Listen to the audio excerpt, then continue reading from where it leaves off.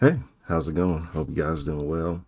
So, I wanted to explain to you guys on why you need to avoid useless businesses. Now, this can be concerning you being employed at a useless business, you even starting or running a useless business, because most people at the end of the day, they want to make a living. And because this is the Each Sense Talk channel, I want to make sure that you are able to have the success necessary so you can make that living and become economically empowered. So let's begin.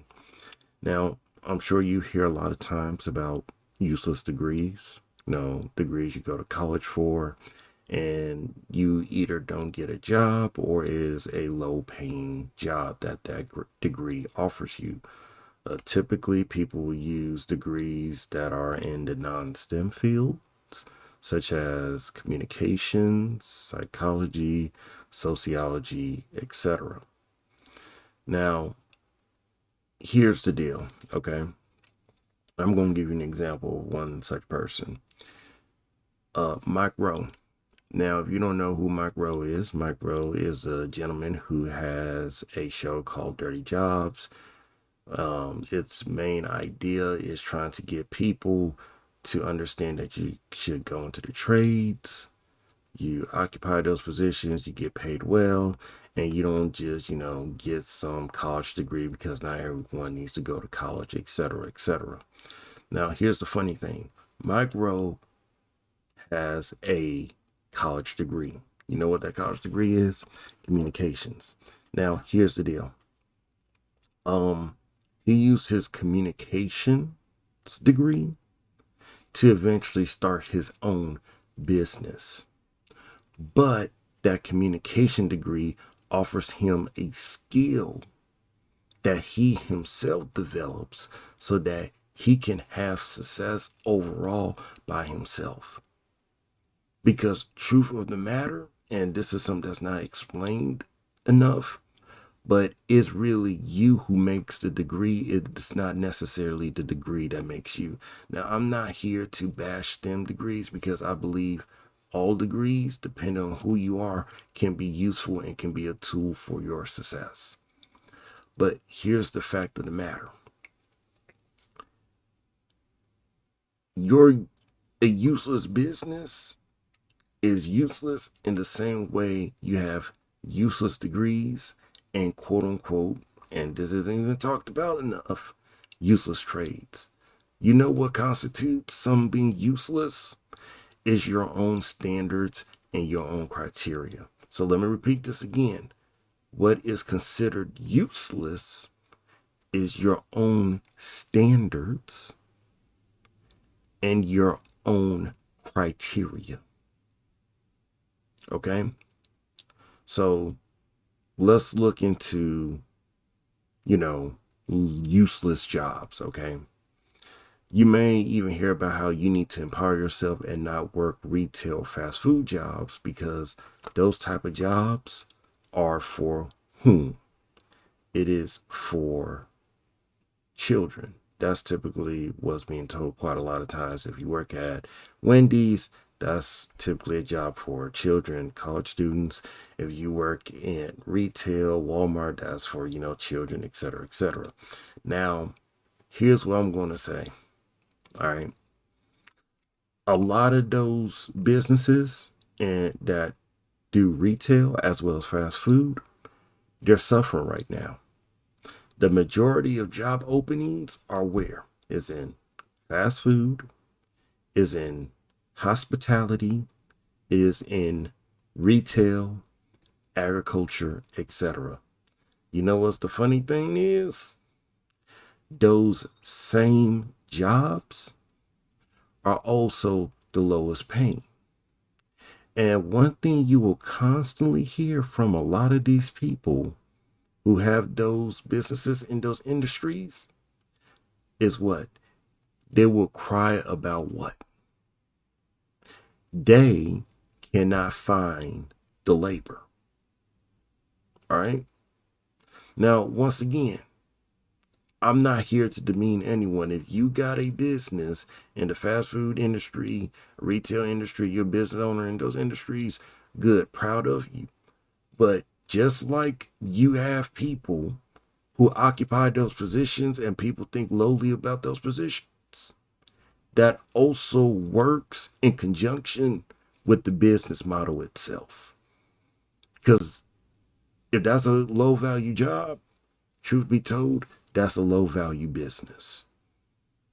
Because I know in the restaurant industry, there are already low margins, right? You got to take into account of labor. Outside of labor, you have to take account of food, which are, I believe, perishable. So is can easily expire, right?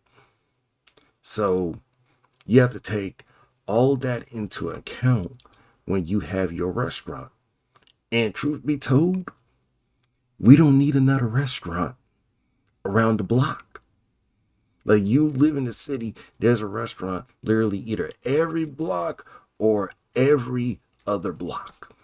Okay? Especially if you live downtown. Every block, every other block, there's a restaurant. There's some fast food joint or casual dining spot or high value restaurant. We don't need that many businesses. So if someone were to come and tell me, hey, you know what? I want to open up a restaurant business.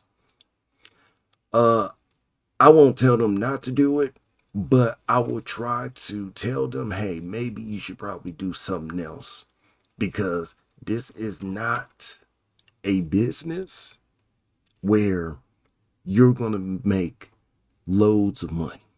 And if you do, you're not doing it as a restaurant, business owner. You're probably creating some sort of product like Sweet Baby Ray's or some other sauce or food product. There's a woman out there in China. Um, she created a Chinese sauce called Legalma. Okay, she became a billionaire just from that sauce in China. Now here's the deal: she's still in the food industry, but she's not actually in the restaurant industry. She created a product that she sells to other businesses as well as to consumers. Okay.